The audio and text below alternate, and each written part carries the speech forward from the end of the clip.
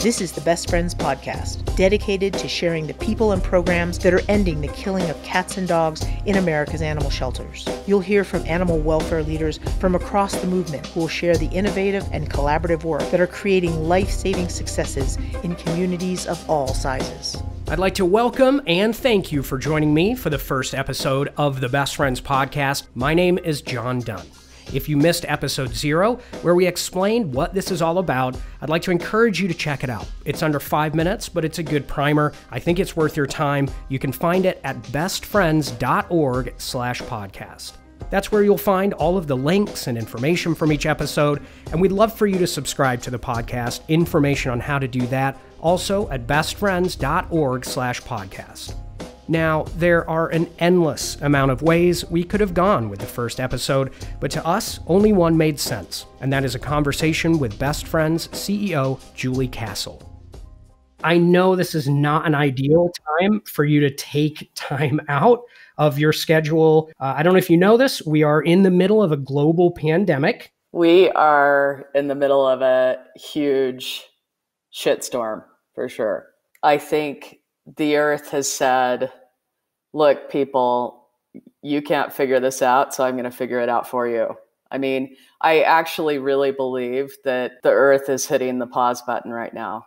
I really do. I think it is on so many levels, and I think it's going to reset the way society operates. I think it's going to reset the way we do things. Yeah, absolutely. In animal welfare and beyond, and I'm excited to talk all about that. You mentioned storms. I have to tell you, there is a big thunderstorm rolling through West Michigan, where I live, and you may hear thunder, or it might be my stomach. One or the other, and I'm going to let you and the listener decide. So Julie Castle, the CEO of Best Friends Animal Society, as you say, this is such a huge moment in history, this global pandemic. When did you realize that this is what it is, or was going to be what it is? And what were your first steps? What did you do? Well, I think it dawned on me that this is a really, really big deal when I started watching international news and reading international news. I just ditched all the, national news, and I went right to Italy. And I just thought, this thing is spreading so quickly in that country, it's coming.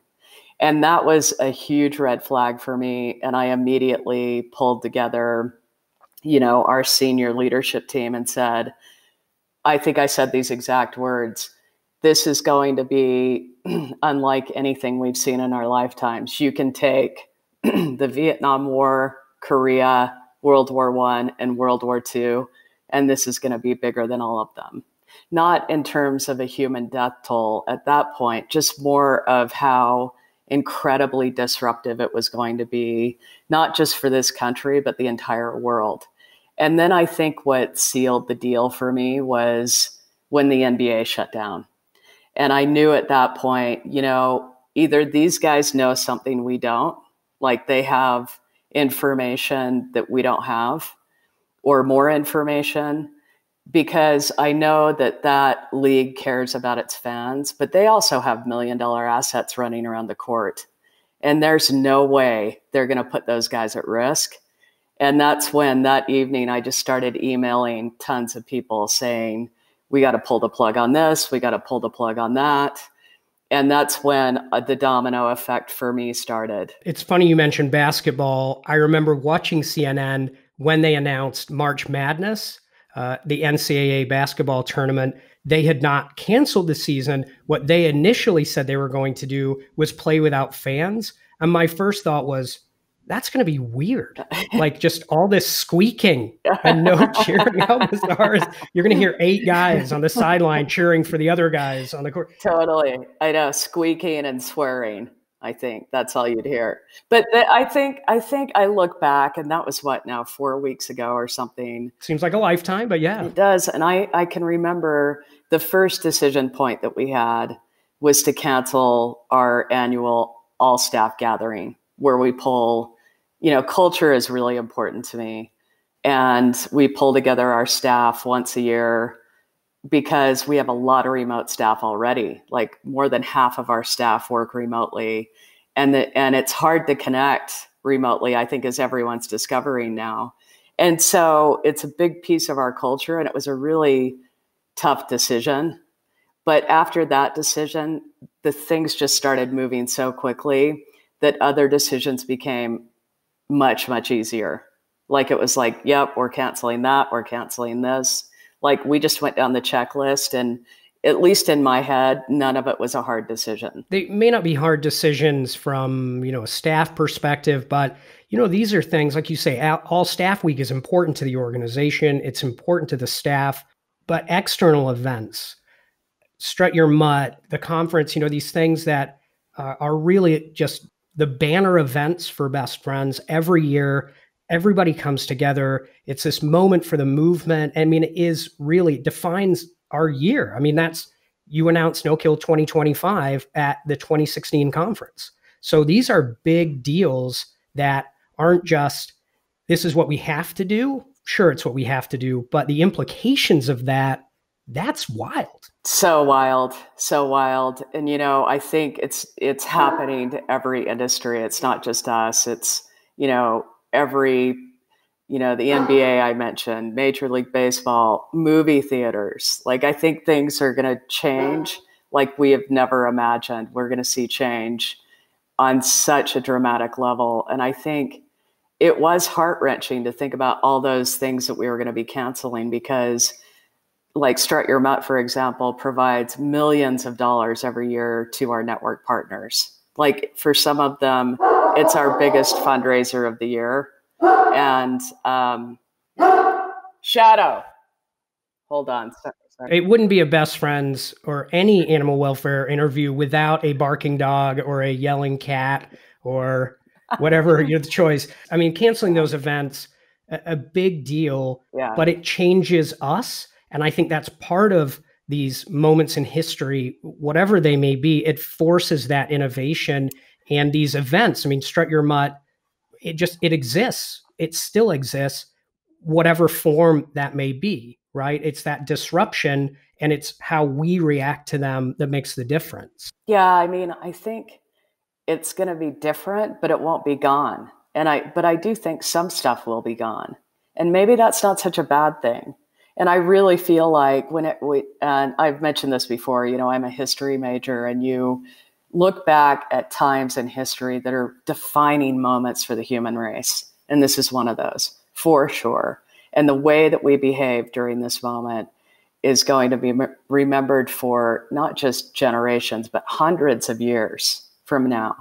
And I think that to own that and recognize that in the moment is going to help everyone sort of get past this easier and more quickly, I think. But I have this theory in my head that when these things happen, change comes about very rapidly that would have taken 3-4 decades to change.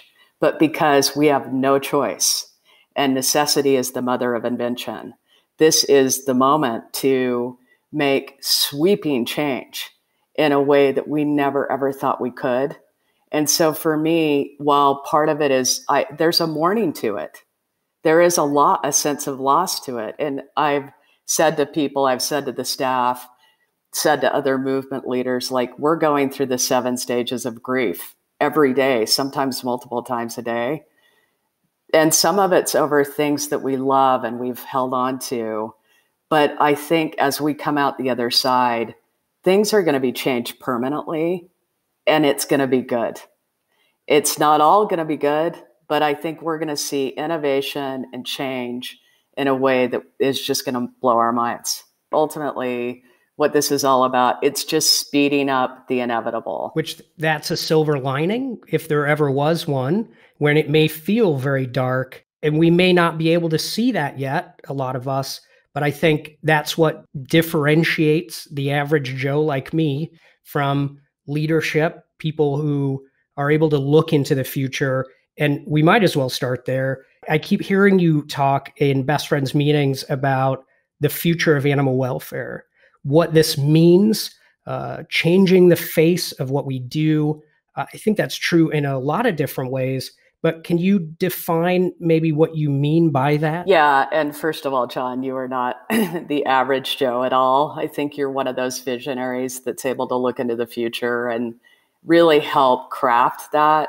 And that's one of the things I enjoy so much about you. I'm glad this is recorded. And I have so many stories about that. But, I think if you look at the history of animal welfare, it's something that started 150 years ago, and we all know that it started in New York City. And there was a public outcry because there were tons of stray dogs running around the streets of New York. And the public said, hey, we're concerned about rabies, and legitimately so. So they asked the city to do something about it. And the city's response was to put a bounty on all these dogs, hire a bunch of bounty hunters, round them up, put them in a cage, and dunk them in the East River. And the public went crazy. And so the ultimate solution from that was to basically start building shelters. And essentially, that was, in the 1800s.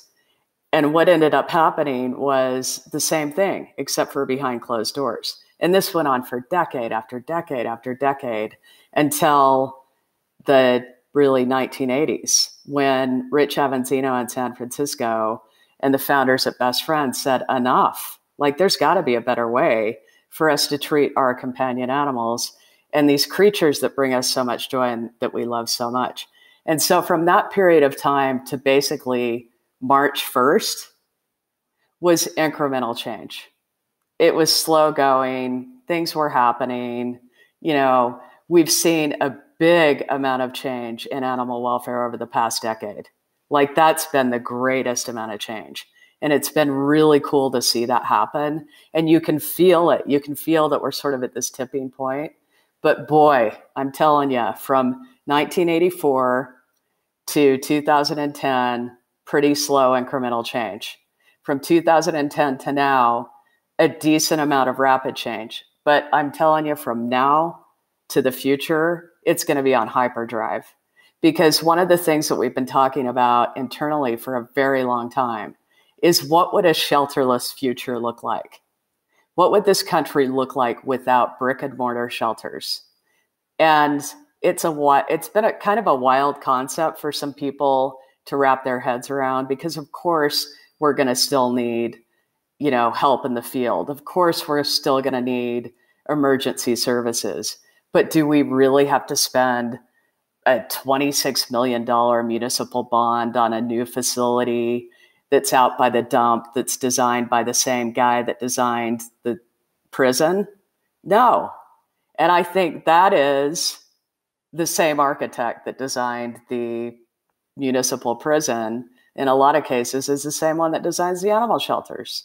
And I think that's so telling to me. It's like, if our headspace is that way in a municipal manner, we've got issues in how we think about our companion animals. And I think that while a lot of that has changed over the past decade, what does a shelterless future look like? And to me, that is so cool to think about. It's virtual, it's digital, it's about our community stepping up and really taking ownership of these sentient beings that bring us so much joy. And there are so many different layers to that. And I think we're seeing that now. I really believe that the biggest thing that's going to come out of this is people are digging deeper into their local community. And you're seeing a lot of stuff that's happening on a very grassroots level, door-to-door campaigns, meeting a neighbor that you never thought you'd meet before or wanted to meet before. Suddenly, you kind of feel dependent on them, because the shit's going down and you're going to get help from that person that lives right next door to you. And in a weird way, this is going to bring us so much closer together as a community, as a people, as a society. It's really cool time, but also very heartbreaking and scary. Yeah, that concept of the neighbor that we have lost, those things exist. Certainly there are neighborhoods and moms and dads know each other and kids play together. But my street, as an example, I really don't know anybody on my street. And who's to blame for that? Absolutely me. technology, political divides. There are many things on a sociological level that we could probably talk about, but we're just going to have to do that. This isn't the end of the world, but it is the kind of scenario where without each other's help, I don't know how we get through this. And we haven't even really started. I totally agree with that. And I mean, the thing is that this is going to reveal so much about human nature. And I think, like I said, it's these defining moments that push the human race forward. And I think that we're in one of those moments where you really are going to start seeing those folks who rise to the top, and leaders in your community that you never imagined or thought of as a leader are stepping up to become those leaders. It's not necessarily the elected officials. It's not necessarily, the people that had the power in terms of money or business. It's your local neighbor down the street who is delivering bread to everyone. It's that person that's posting the kindness card on your door in your mailbox saying, "How can I help you today?" It's going to change our society. And in a way, it's sort of stripped away a lot of the BS that we've built up around us. We've sort of buffered ourselves in this cocoon of technology and social media and isolation. We are being absolutely forced to not do that anymore. And I think it's a fascinating study in sociology. And if you read about communities and if you've studied sociology, you know that there are studies out there about communities where you know your neighbor, where your neighborhoods know each other, crime is lower, death rates are lower, education is higher, and humans need each other. And humans need each other to strengthen the fabric of society. And part of that means helping each other out during a crisis. Part of that means helping each other's animals out in a crisis. So it isn't just my animal. My neighbor feels responsible for Shadow and Stanley as well. And that I know that if I go to the hospital, I'm one text or phone call away from my neighbor who can say, "Sure, I'll take care of these guys for you, no problem." That is what we're going to start seeing, I think, on a mass scale. That comes then back to people in animal welfare, people in the world, people we need to reach, with the idea that people are inherently good. And what a great example of that, with people stepping up to foster as this thing started to take off. Hey, we need help. And it was like the whole country was there. Yeah, I mean, it's sort of, it defines the human spirit.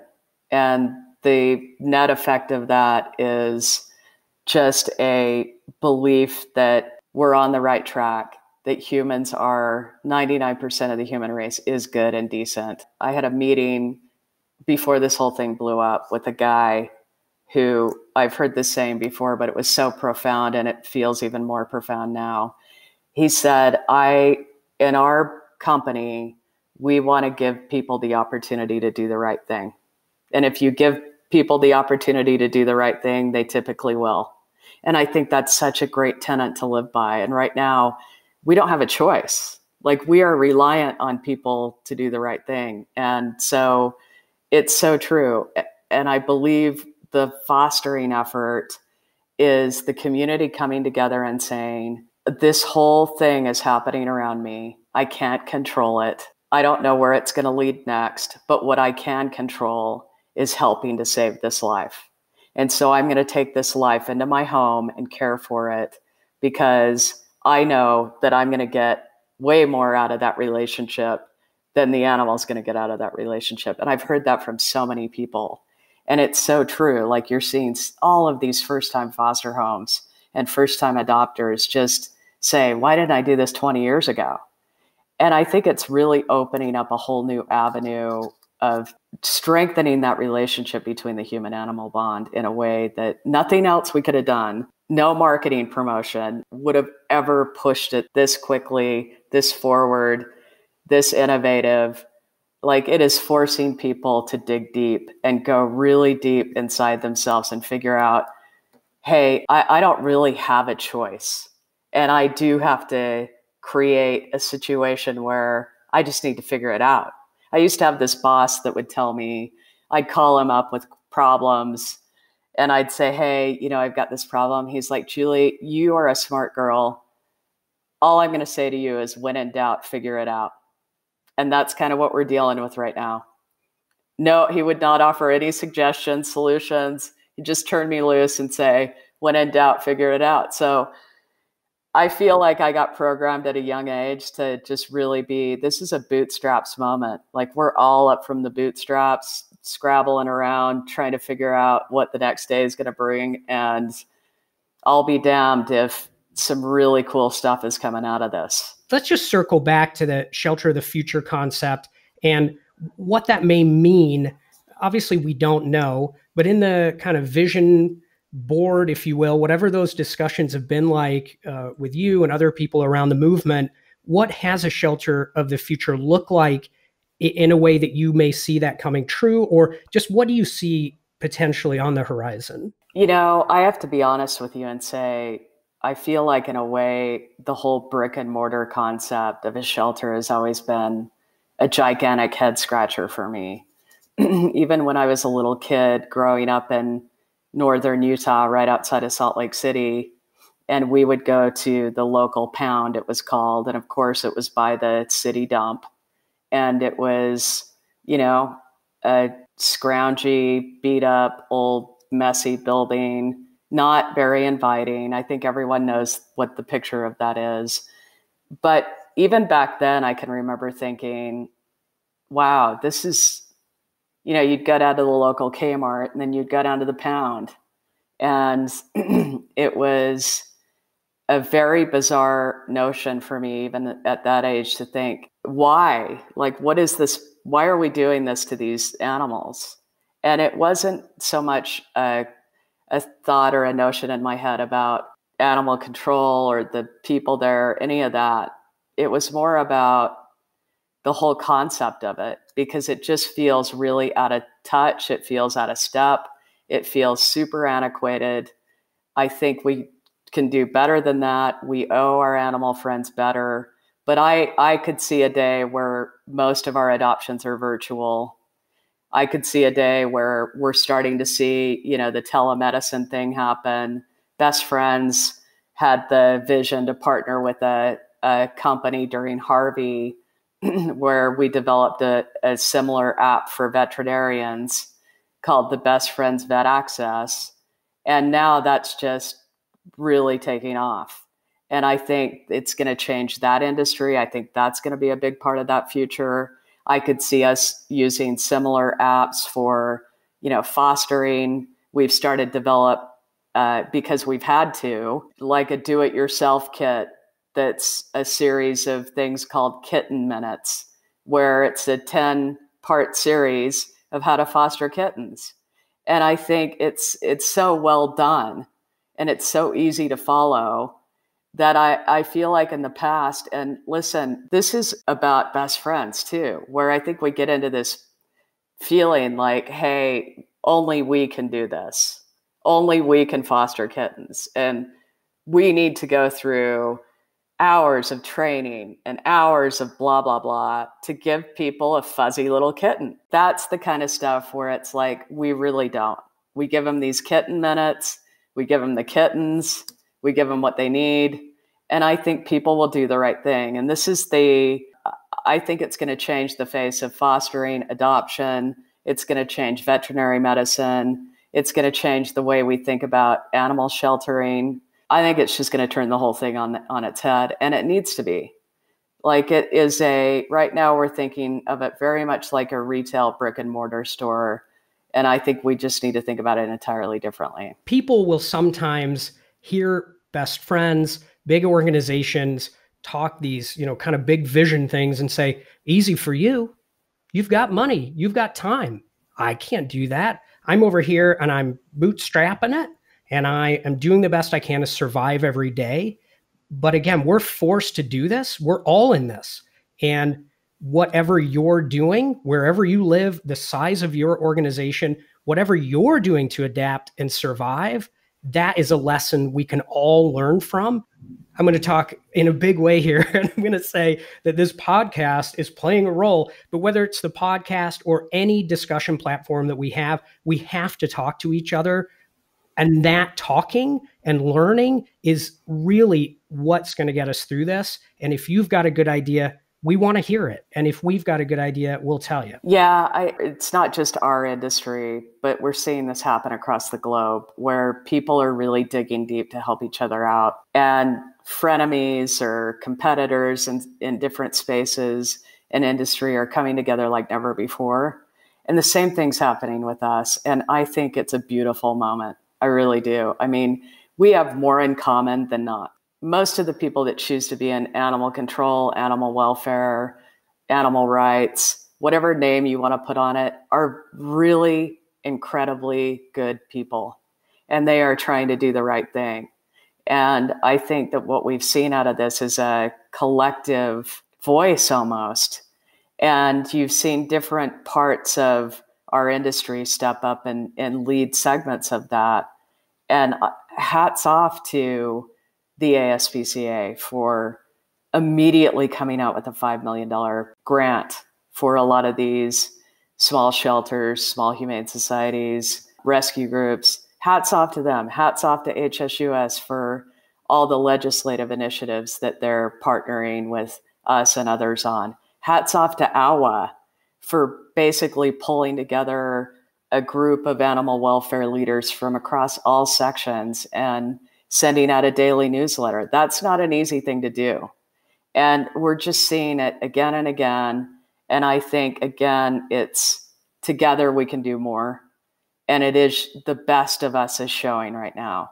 And that is really incredible. Like I've never seen before in this movement. And I think it speaks a lot to the character of everybody who's involved in animal welfare right now. The economy is, I think, going to be the struggle. It is hands down, and it's not going away. It's not like a pandemic. We can't flatten that curve. I mean, someday, but who knows how long? We've got more people unemployed today, I think I saw, than the Great Depression. That has impact. You mentioned millions of dollars, ASPCA, other organizations, but we don't have an endless supply of $5 million. So what do you see economically that may impact us? Do we know yet? Are there plans in place? Like, how do we feel like we're going to be able to adjust to this? I hate to say it, but what is probably a dwindling supply of money available for us to save lives? Yeah, I mean, I've been watching this since I mentioned earlier, since Italy, and when Italy was sort of really behind China, but it spread so quickly there. And I just thought, wow, we are in big trouble. The virus is very scary, for sure. I think there's a lot about it that we don't understand. There's a lot about the pathogen that we don't understand. The thing that really scares me, though, is the economy. And I feel like we're headed for a worse situation than the Great Depression. And I hate to be so raw about it, but I think that is a reality. That is a potential reality on the horizon. And as scary as that sounds, sometimes you do better with less than you do when you have everything at your disposal. When I was in college, I was sent by my university to set up an exchange program in the former Soviet Union for a year. And they sent me to Minsk, Belarus. And if you haven't been there, it was flattened during World War II. And so it's an entirely modern city. And it is all cinder block, basically cinder block buildings. It was super depressing, that city itself, on a lot of levels. But the interesting thing was the survival mechanism of those people. Like, they are mentally tough.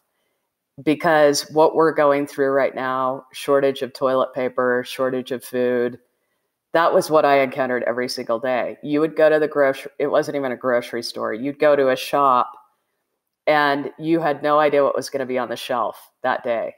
And you just bought whatever you could get. Or you'd see a line and you'd go stand in it because you knew there might be something good at the end of the line. And so they were teasing me about, hey, Julie, we're mocking you Americans because you're worried about toilet paper. Like, of all the stuff to be worried about, toilet paper isn't one of them. And I thought it was funny, but it puts things in perspective. Like, the human spirit is strong. We are innovative. We have come so far in technology. We've come so far in medicine. We've come so far in economics. We are a global economy like we've never been before. So to compare it to the Great Depression is maybe a little bit unfair. We are going to come out on the other side of this. We may not be as financially strong, but we're going to be smarter. And I think that we will rebound relatively quickly because of all that stuff, because the human race has advanced. And I think sometimes you can do more with less. And so money isn't always everything. Sure, it is the foundation of what drives this world. But at the same time, I think that is where some of the greatest innovations have come from. And so I think at this period in our history, nobody knows what the other side's going to look like. And I think the worst thing that we can do right now is despair and worry about that, because we have no control over it. And we just have to let it run over us. We have to let it wash over us and focus on what we can control. And what we can control right now are the animals in our care, the animals that need our care, and the staff in our care. And that should be our focus right now as a movement. So to bring that back to what that means for the animal welfare world is, we can talk about the shelter of the future, and we're not going to be building facilities, but it still takes money. We still have to care for animals as part of that process of life saving, even if it is leaner than it was before. So again, do we have a plan? Do we have any ideas? What do you think is going to, again, very early days, but are there things that you're thinking about that might help us and everybody else survive? Well, I think this is one of the things that I hear about from almost everybody I meet in this movement, and people outside of this movement, people that we've hired from the Red Cross or the Nature Conservancy. Those people all say the same thing to me, which is, how the heck did you guys build this place in the middle of nowhere, Utah? And you know how we built this place in the middle of nowhere, Utah? It was built on relationships. It was built on storytelling. It was built on hope. It was built on sharing kindness, and it was built on relationships. And what I mean by that is that we still have founders calling people who are giving us $25. They're not reaching out to the people who are giving us $5,000. We do that, but they are reaching out to those people who are giving $25, because guess what? They matter. And that is a relationship that you want to maintain and build. And I think if I had advice to any rescue group, shelter, humane society, now is the time more than ever to call your donors, call your supporters, let them know you need help, because they know that. They're waiting for you to ask. They don't know how to help. Maybe some of them can't foster, but if you give them that pathway to help, they will be there for you. But it's also a time to not just run and gun. You don't want to, that's a basketball term, by the way. You don't want to just call them up, ask for money, and then never reach out to them again. It's a relationship. You have to cultivate that. And I think now it's going to be more important than ever. And those donors are in it with you for the long haul. Even though everybody's money pot is going to get smaller, they're still going to give. People are still going to give money. And if they can't give money, they're going to give their time. And if they can't give their time or their money, they're going to give whatever they have, because people care about animals. What I find remarkable about the founders who call the people who gave $25, it's not to get another $25. It's just legitimately a thank you.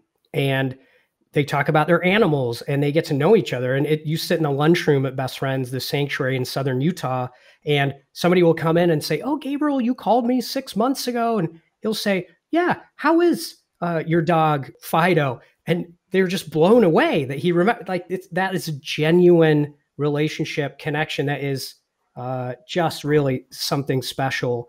But okay, so I want to shift to you here. How you feel right now? First of all, just a quick yes or no. Are you scared? Can it be yes and no?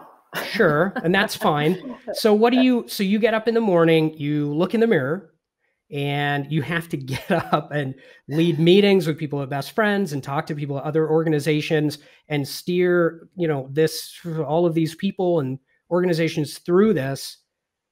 What do you say to yourself? Is there like I want to know how you are managing these fears. How are you getting through this? So I think I'm going to be honest and vulnerable right now. Yes, I am scared, but no, I'm not scared. Every morning I get up and I go on a walk. And fortunately, I have the incredible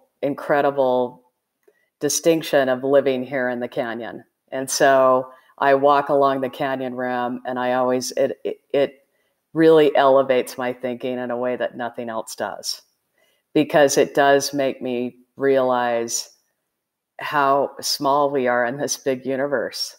Like, this is just a moment in time in a much bigger play.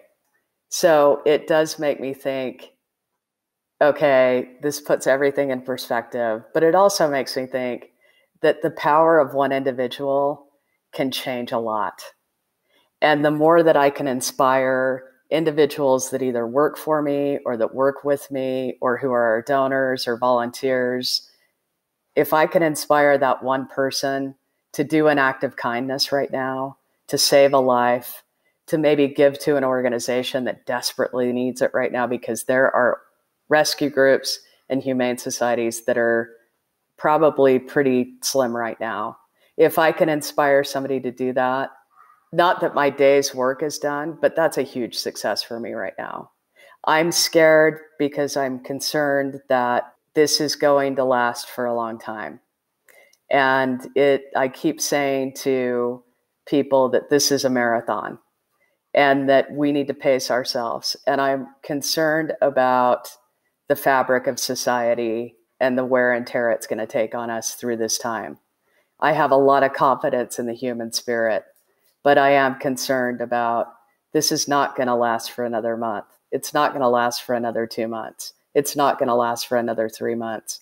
And I think the more we can mentally prepare for that and recognize that every day we need to search for those opportunities. We need to search for that silver lining.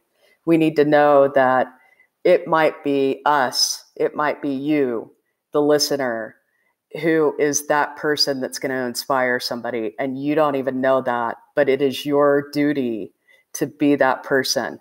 You have to have your best game right now. You have to wake up every morning with a clear head.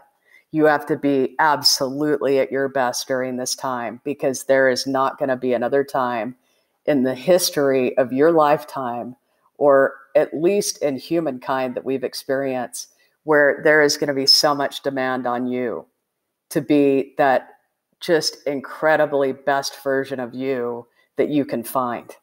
And I think it's going to require everybody digging deep every single day. And that's going to be a hard thing to manage and maintain. I'm most afraid of that. I'm most afraid of the human spirit crumbling along the way and in different forms, and it making it that much harder for us to get through this. We have to stick together. And that's why the neighbor to neighbor thing is so important. Yeah. And that human connectedness, even within an organization, is so important. We use Facebook Workplace at Best Friends, which offers the opportunity to do live. It's live video, which you can do, I guess, on regular Facebook. And you've made it a priority every day to hold one of those, organization-wide every day at 3 p.m. Eastern.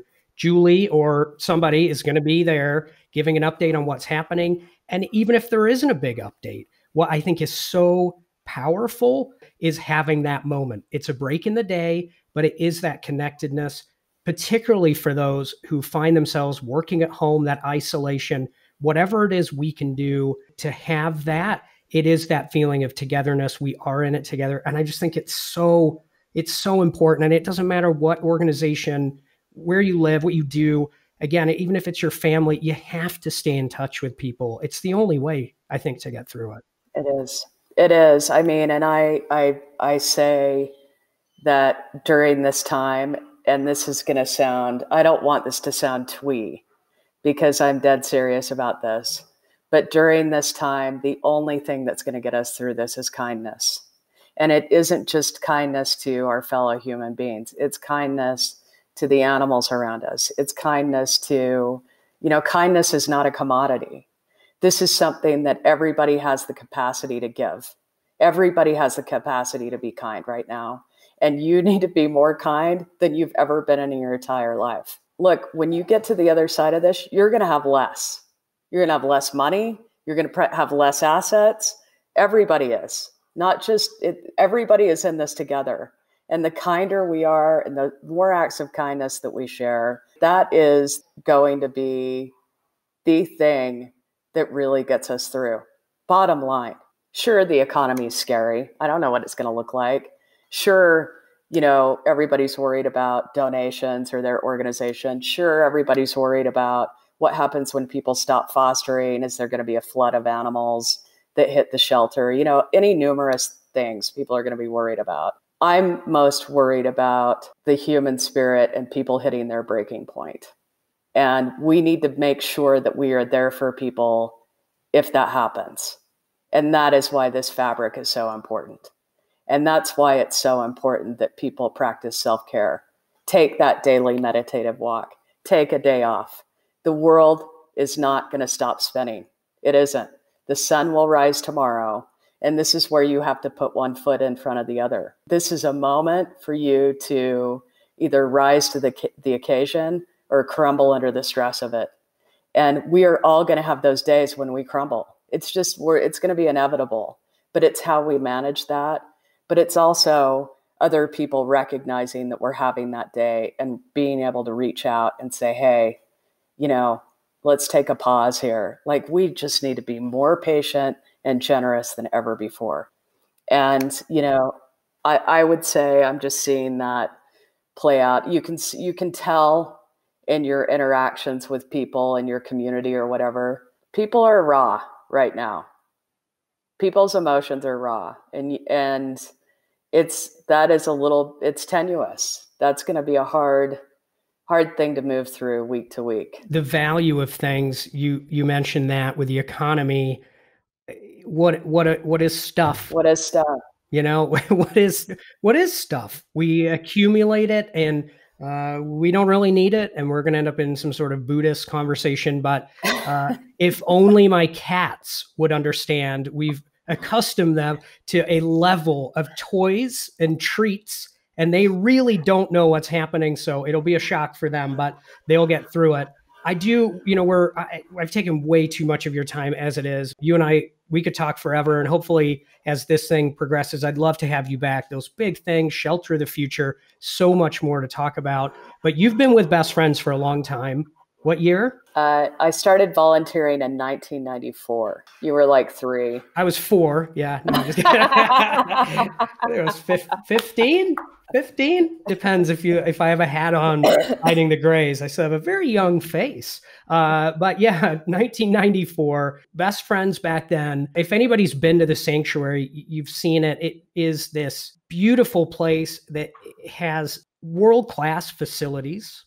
Just the types of things that represent the best of everything. You talk about Shelter of the Future. This is what it should look like, right? What did it look like in 1994? Oh, it was just this dumpy POS. I mean, it was like baling wire and rough 2x4s. Like, it was literally, I would show up to work every day. I had no job description. There was no HR department. Nobody followed labor laws. Like, we were working 6.5 days a week. You'd show up and you'd be given stuff. You had no idea what you were doing. Like, hi, Julie, we need you to go and install the sprinkler system. Okay, I guess I'll figure it out. I'll go down to the local hardware store and ask the guy there how to install a sprinkler system. Or, hey, Julie, we've got some people showing up on a tour. Will you give them a tour in the old beat up Toyota? And of course, that would break down on the tour, and you're in the middle of nowhere and you're having to lead these people through a hike that's like 3 miles. So you just kind of had to figure it out as you went along. And I think that spirit of just doing whatever it took to get through to that next day. And we were definitely hand to mouth. So in some ways there is a parallel path there. Like we were one tick away from going under for years and years. And if you weren't doing something at the sanctuary, you were sitting in front of a grocery store all day asking for money, which might sound easy, but when you start at 6 a.m.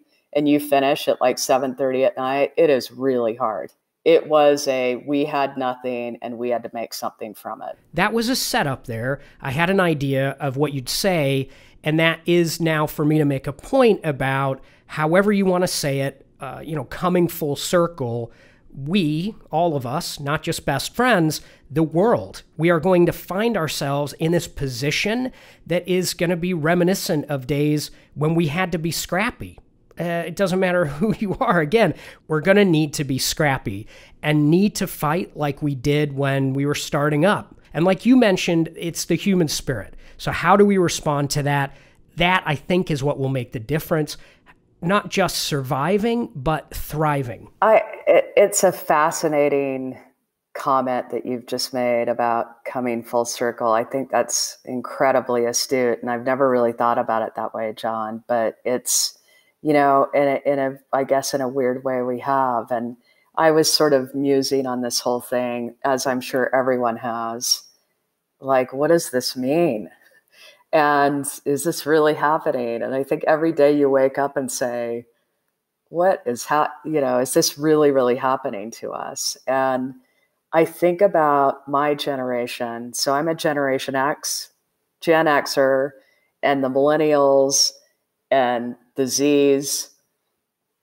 And I'm telling you, when you talk about the stuff that we have and the way that we've grown up and the society we've grown up in, we've had to face some difficult things for sure, both personally and as a country or different states we've been in, tragedies, few wars, some of it's been heart-wrenching, but man, we have never, ever faced anything like this. And I think it's going to really define our mettle. Like we're going to have to find that mettle, our generations. It is up to us. It's not the boomers. It's not the greatest generation. It is us. It's down to the Xers and the millennials. Like we are being basically forced to figure it out. And that is a really interesting concept. And I think it's going to be very cool in a way and very exciting to see how that all evolves. Because we are going to be tested to our limit for sure. Yeah, I was thinking about this actually. It's going to sound like I'm some sort of visionary, but I was thinking about this. I don't remember. I feel like a couple of years ago that I was watching a documentary about the greatest generation and how much that defined. I mean, it was my grandmother. I'm born and raised in England. My grandmother ended up, her factory, they had to make bullets. They all went through this super defining thing. And I started to think, what is ours? But, this idea that millennials, all, avocado toast, like, like whatever their trials and tribulations. But I did start to think, what is that thing that we're going to go through? I think every generation on some level has it. And I don't think anybody guessed it would be this. I don't think anybody guessed it would be this. I mean, some people guessed. Bill Gates guessed. There were people that were way ahead of this. And I think it just seems so incredulous that, but I also think it shows how incredibly fragile we are as a species. This is the thing about our generation, Gen Xers, millennials, Ys, Zs.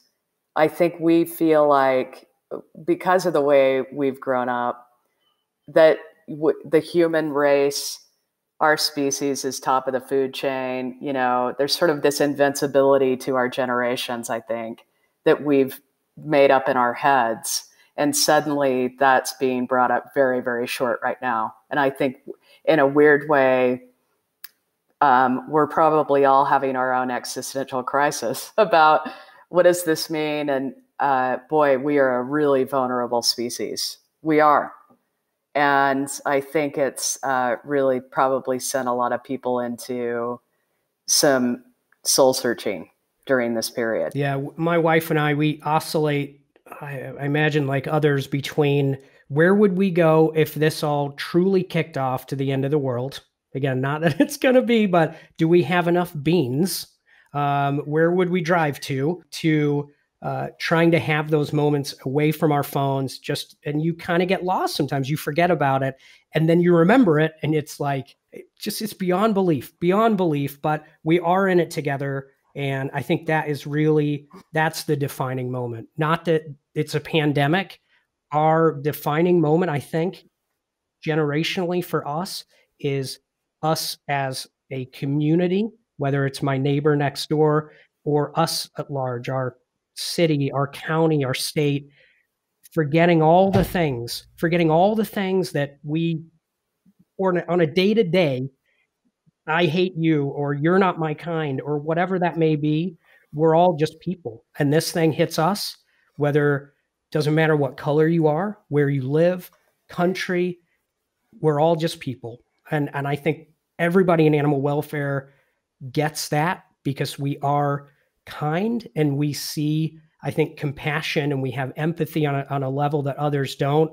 But we ultimately all are people. And whether it's a month, 6 months, a year, 5 years, we will get to that point, I think, and I hope that this really does change us. Yeah, I do. Like I said in the very beginning, maybe before you were recording this, but this is a huge reset button for all of us, not just the planet, but our humankind, our species, the way we do things, the way we think about each other, the way we think about stuff. And John, I think you just very beautifully articulated in an incredibly astute way, I think, what's happening in every community right now.